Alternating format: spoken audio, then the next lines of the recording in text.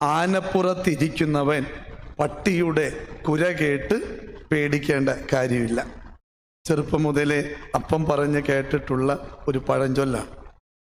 പിന്നെ നമ്മുടെ ജീവിതത്തിൻ്റെ പ്രശ്നങ്ങളുടെ നടുവിൽ നാം ആനപ്പുറത്താണ് അല്ലെങ്കിൽ ദൈവത്തിൻ്റെ കരങ്ങളിലാണ് എന്ന സുനിശ്ചിതമായ ബോധ്യമുണ്ടെങ്കിൽ ഏത് പ്രശ്നങ്ങളും പട്ടികളുടെ കുര പോലെ മാത്രം എന്നാണ് അതിൻ്റെ അർത്ഥം. നമ്മെ ഭയപ്പെടുത്തുന്ന പല കാര്യങ്ങളും നമ്മുടെ ചുറ്റുമുണ്ടായിരിക്കാം. പ്രശ്നങ്ങളിലേക്ക് നോക്കി ജീവിക്കേണ്ടവരല്ല, പ്രശ്നപരിഹാരകനായ കർത്താവിലേക്ക് മിഴിയുയർത്തി ജീവിക്കേണ്ടവരാണ് നമ്മൾ എന്ന് ഇന്നത്തെ തിരുവചനം അടിവരയിട്ട് ഓർമ്മപ്പെടുത്തുക. പത്രോസിനോട് കർത്താവ് പറയുന്നുണ്ട്, നിന്റെ ആഗ്രഹം പോലെ കടലിന് മീതെ നടക്കുക. അവൻ കടലിന് മീതെ നടന്നവനാ. എങ്കിലും ഒരു നിമിഷം ആർത്തിരമ്പി വന്ന തിരമാലയിലേക്ക്, പ്രശ്നത്തിലേക്ക് അവൻ നോക്കിയപ്പോൾ വല്ലാതെ അങ്ങ് താഴ്ന്നു പോയെന്നും നിലവിട്ട് വിളിച്ചുവെന്നും നമ്മൾ വായിച്ച് കേട്ടിട്ടുണ്ട്. അപ്പോൾ അവൻ ആരിലേക്ക് നോക്കി? കർത്താവേ രക്ഷിക്കണമേ എന്ന് പറഞ്ഞ് നിലവിളിച്ചപ്പോൾ കർത്താവ് അവനെ കൈപിടിച്ചുയർത്തിയിട്ട് പറയുന്ന ഒരു കാര്യമുണ്ട്, അല്പവിശ്വാസി, നീ ഭയപ്പെട്ടത് എന്തിന്? ഇതിന്നും കർത്താവ് നമ്മോട് ചോദിക്കുന്ന അല്ലെങ്കിൽ പറഞ്ഞു തരുന്ന ഒരു കാര്യം. അല്പവിശ്വാസി, നീ എന്തിനാ ഭയപ്പെടുന്നേ?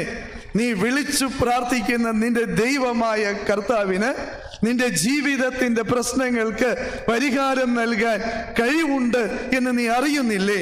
പിന്നെ നീ എന്തിനാ ആരെയാ ഭയപ്പെടുന്നു? അതുകൊണ്ട് ജീവിതത്തിന്റെ പ്രശ്നങ്ങൾ തിരമാലകൾ പോലെ ഒന്നിനു പിറകെ മറ്റൊന്നായി കടന്നു വരുമ്പോഴും നീ നോക്കേണ്ടത് തിരമാലകളിലേക്കല്ല, പ്രശ്നപരിഹാരകനായ കർത്താവ് നിന്റെ അടുത്തുണ്ട്, കൂടെയുണ്ട്. അവൻ്റെ മിഴികളിലേക്ക് കണ്ണുകളൊന്നുയർത്താൻ കഴിഞ്ഞാൽ പിന്നെ പ്രശ്നങ്ങൾക്ക് പരിഹാരമായി.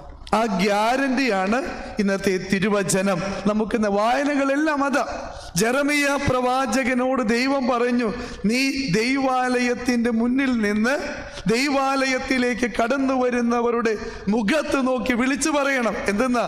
നിങ്ങൾ ചെയ്യുന്നത് അനീതിയ, അധർമ്മമാ എന്ന് വിളിച്ചു പറയണം.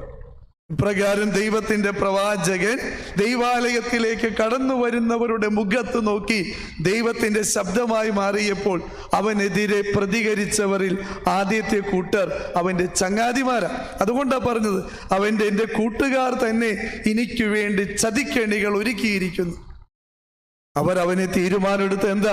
പൊട്ടക്കിണറ്റിലേക്ക് വലിച്ചെറിഞ്ഞ് ആ കിണറ് തന്നെ മൂടിക്കളയാനാ അവർ തീരുമാനം എടുക്കുന്നത്. അവിടെ ജെറമിയ വിളിച്ചു പറയുന്നൊരു കാര്യമുണ്ട്, എൻ്റെ ദൈവമായ കർത്താവ് ഒരു വീരയോദ്ധാവിനെ പോലെ എൻ്റെ മുന്നിൽ നിൽക്കുമ്പോൾ എത്ര വലിയ ആൾക്കൂട്ടം എനിക്കെതിരെ വന്നാലും എനിക്ക് ഭയമില്ല. കാരണം എന്താ? എൻ്റെ മുൻപിൽ ശക്തനായവൻ, ധീരനായവൻ കൂടെയുണ്ട് എന്നുള്ള വിശ്വാസമാണ്. നമ്മുടെ ജീവിതത്തിൻ്റെ പ്രശ്നങ്ങൾ എന്തുമായി കൊള്ളട്ടെ, ഈ ആഴമുള്ള ഒരു ബോധ്യം, വിശ്വാസം എൻ്റെ പ്രിയപ്പെട്ടവരെ നമുക്ക് വേണം. അതില്ലെങ്കിൽ നമ്മൾ വല്ലാതെ അങ്ങ് തകർന്നു പോകും.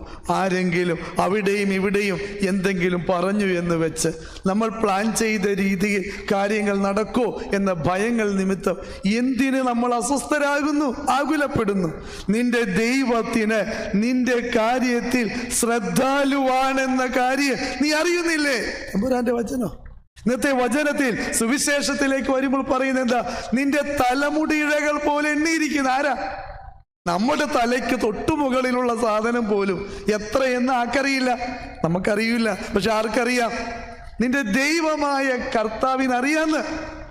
ഏകദേശം 80,000 മുതൽ 1.5 ലക്ഷം വരെ തലമുടികൾ ഒരാളുടെ തലയിലുണ്ട്. ചിലർക്കൊന്നും ഉണ്ടാവില്ല കേട്ടോ അത്രയും. എങ്കിലും പൊതുവെ പറയുന്നത് ആരോഗ്യമുള്ള ഒരാളുടെ തലയിൽ 80,000 തുടങ്ങി 1.5 ലക്ഷം വരെ തലമുടികളുണ്ട്. നമ്മൾ ആരും ഇതുവരെ എണ്ണി നോക്കിയിട്ടില്ല, മെനക്കെട്ടിട്ടുമില്ല. പക്ഷെ കർത്താവ് പറയുന്നു, ഞാൻ എണ്ണിയിട്ടുണ്ട് എന്ന് പറയുന്ന അർത്ഥം എന്താ? നമുക്ക് അപ്രസക്തമെന്ന് കരുതുന്ന ചില കാര്യങ്ങൾ പോലും, അല്ലെങ്കിൽ എല്ലാ കാര്യങ്ങൾ പോലും നിന്റെ ദൈവം അതിൽ ശ്രദ്ധാലുവാണ്. അപ്പൊ അങ്ങനെയാണെങ്കിൽ മറ്റു കാര്യങ്ങളിൽ വെറുതെ വെട്ടിക്കളയുന്ന ഈ തലമുടിയുടെ കാര്യത്തിൽ ദൈവം ശ്രദ്ധാലുവാണെങ്കിൽ, അറിവുള്ളവനാണെങ്കിൽ, നിന്റെ ജീവിതത്തിന്റെ മറ്റു കാര്യങ്ങളിൽ എത്രത്തോളം അവൻ ശ്രദ്ധയുള്ളവൻ. അതുകൊണ്ട് വചനം നീ ആദ്യം അവന്റെ രാജ്യവും നീതിയും അന്വേഷിക്കുവിൻ, അപ്പോൾ നിനക്കാവശ്യമുള്ളതെല്ലാം നിന്റെ ദൈവം തന്നുകൊള്ളും. ഒരു നാണയത്തുട്ടിന് 2 കുരുവികൾ വിൽക്കപ്പെടുന്നില്ലേ? ഓഫ് സീസൺ ആകുമ്പോഴാണ് ഇപ്രകാരം ഒരു നാണയത്തിന് 2 കുരുവികൾ, അല്ലെങ്കിൽ സീസൺ ടൈം ആണെങ്കിൽ ഒരു നാണയത്തിന് 1 കുരുവിയാണ് വിൽക്കപ്പെടുന്നത്. അപ്പോൾ ഓഫ് സീസണിൽ ഒരു നാണയം കൊടുത്ത് 2 കുരുവിയെ വാങ്ങിക്കുമ്പോൾ 1 കുരുവിക്ക് 1/4 കാശിന്റെ വില പോലും കൊടുക്കാതെ നിനക്ക് കിട്ടുന്നത്. വചനം പറയുന്നത് എന്താ? ഈ 1/4 കാശിന്റെ വില പോലും കൊടുക്കാതെ നിനക്ക് വാങ്ങിക്കാൻ പറ്റുന്ന ആ കുരുവി പോലും എൻ്റെ പിതാവ് അറിയാതെ നിലത്ത് വീഴുന്നില്ല. എന്നിട്ട് കൂട്ടിച്ചേർക്കുന്ന കാര്യമാണ് പ്രസക്തമായത്. എന്താ പറയുന്നത്? നിന്റെ പിതാവായ ദൈവത്തിന് അങ്ങനെയെങ്കിൽ 1000 കുരുവികളേക്കാൾ വിലയുള്ള നിന്റെ വില എന്താ? പിതാവായ ദൈവത്തിന് കൊടുത്ത വില എന്താ? പുത്രന്റെ ചോരയ. വെറും 1/4 കാശ് കൊടുത്ത് സ്വന്തമാക്കിയ കുരുവിയെ പ്രതി സ്വർഗസ്ഥനായ പിതാവിന് കരുതലുണ്ടെങ്കിൽ തൻ്റെ പുത്രന്റെ ചോര കൊടുത്ത് നേടിയെടുത്ത നമ്മെ പ്രതി എത്ര വലിയ കരുതൽ നമ്മുടെ ദൈവത്തിനുണ്ടാകും. എന്നിട്ടും എൻ്റെ പ്രിയപ്പെട്ടവരെ, നമുക്ക് നമ്മെക്കുറിച്ച് തന്നെ ഈ ഒരു മതിപ്പില്ലാത്തത്, നമ്മെക്കുറിച്ച് തന്നെ ഒരു സ്നേഹമില്ലാത്തത്, നമുക്ക് തന്നെ നമ്മളെക്കുറിച്ച് എന്നും പരാതിയാ. എന്നെ കൊള്ളില്ല, എനിക്ക് കഴിവില്ല, ഞാൻ കെട്ടവൻ. എന്തിന്? നിന്റെ ദൈവത്തിന് നിന്നെ കുറിച്ച് വലിയ പദ്ധതികളുണ്ട്. വില കൊടുത്ത് വാങ്ങപ്പെട്ടവരാ. തൻ്റെ പുത്രന്റെ ചോര നൽകി അവൻ നമ്മെ നേടിയെടുത്തെങ്കിൽ നമ്മുടെ വില അവൻ്റെ രക്തത്തിൻ്റെ വിലയാ, അവൻ്റെ ജീവന്റെ വിലയാ. വിലമതിക്കാനാവാത്തത്രയേറെ വിലയുള്ളവരാണ് നമ്മൾ എന്ന കാര്യം വിസ്മരിക്കരുത്. അതുകൊണ്ട് നമ്മുടെ ജീവിതം കൈവിട്ട് കളയാൻ നമ്മുടെ കർത്താവിന് കഴിയില്ല.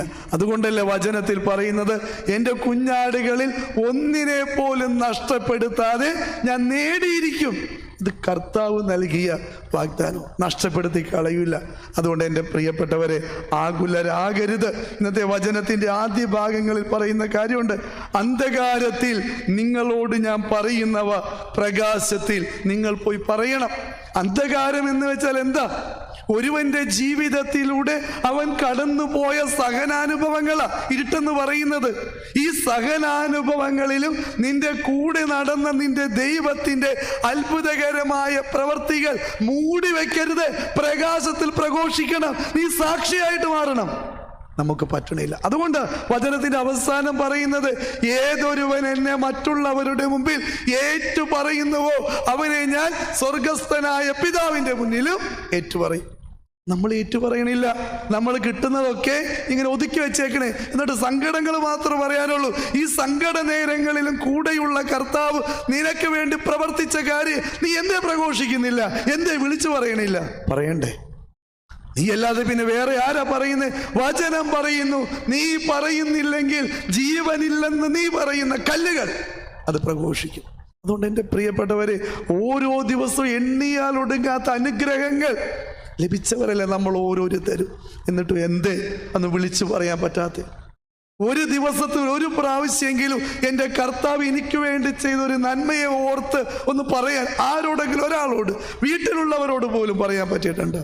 ഇല്ല. കുർബാന ഒരു 5 മിനിറ്റ് നീണ്ടുപോയാൽ അപ്പാവലാതിയ പരാതിയ.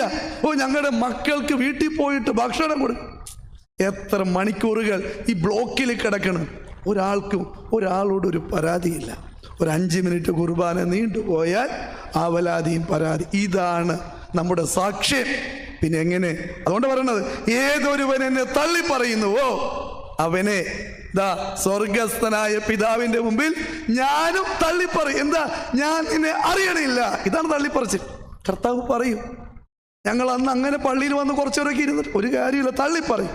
നീ നിന്റെ ജീവിതം കൊണ്ട്, നിന്റെ ജീവിതത്തിൽ ദൈവം നൽകിയ അനുഗ്രഹങ്ങളെ, സഹന വഴികളിലും എൻ്റെ കൂടെ നടന്ന് എന്നെ ബലപ്പെടുത്തിയ, എനിക്ക് കരുത്ത് നൽകിയ എൻ്റെ ജീവിതത്തിൽ എൻ്റെ കർത്താവെ ഇതെങ്ങനെ നടക്കുമെന്നോർത്ത് ആകുലപ്പെട്ട കാര്യങ്ങൾ പോലും നിന്റെ ദൈവം നിനക്ക് സാധിച്ചു തന്നിട്ടും നീ അത് പങ്കുവയ്ക്കുന്നില്ലെങ്കിൽ, സാക്ഷ്യപ്പെടുത്തുന്നില്ലെങ്കിൽ നിന്നെ ദൈവം തള്ളിക്കളയും.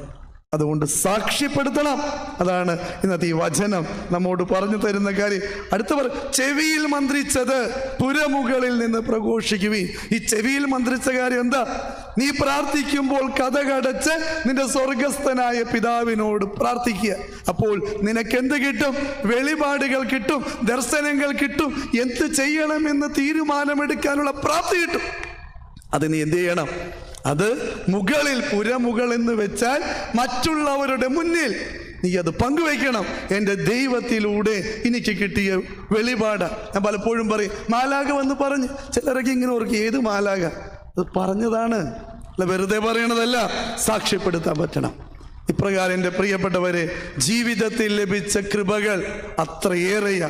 ഇത്രയോളം ലഭിച്ചിട്ടും ഇത്തിരി പോലും അത് പറയാൻ, പങ്കുവയ്ക്കാൻ നമുക്ക് പറ്റാതെ പോയാൽ, ക്രിസ്തുവിനെ ജീവിതം കൊണ്ടൊന്ന് മഹത്വപ്പെടുത്താൻ പറ്റാതെ പോയാൽ നമ്മുടെ ജീവിതത്തിൻ്റെ ഏറ്റവും വലിയ തകർച്ചയായിരിക്കും. അതുകൊണ്ട് ജീവനും ജീവിതവും ഒക്കെ നൽകി നാം ഇത്രത്തോളം വഴി നടത്തിയ നമ്മുടെ ദൈവത്തിന് നമുക്ക് നന്ദി പറയാം. നമ്മൾ ആരും സെൽഫ് മെയ്ഡൊന്നുമല്ല, സ്വയംഭൂവായിട്ട് ഇങ്ങനെ വന്ന് ഇത്രത്തോളം ഒന്നും ആയവരല്ല. അവൻ്റെ പരിപാലനയാ, അതൊന്നു മാത്രമാ. അതുകൊണ്ട് എൻ്റെ പ്രിയപ്പെട്ടവരെ, പരിപാലനയുടെ തമ്പുരാൻ്റെ കരമാണ് ഇന്നോളം എൻ്റെ ജീവിതത്തിൻ്റെ വഴികളിൽ ബലമായിരുന്നതെന്ന് സാക്ഷ്യപ്പെടുത്താൻ ഓരോരുത്തർക്കും കഴിയട്ടെ എന്ന് ആശംസിക്കുന്നു, പ്രാർത്ഥിക്കുന്നു.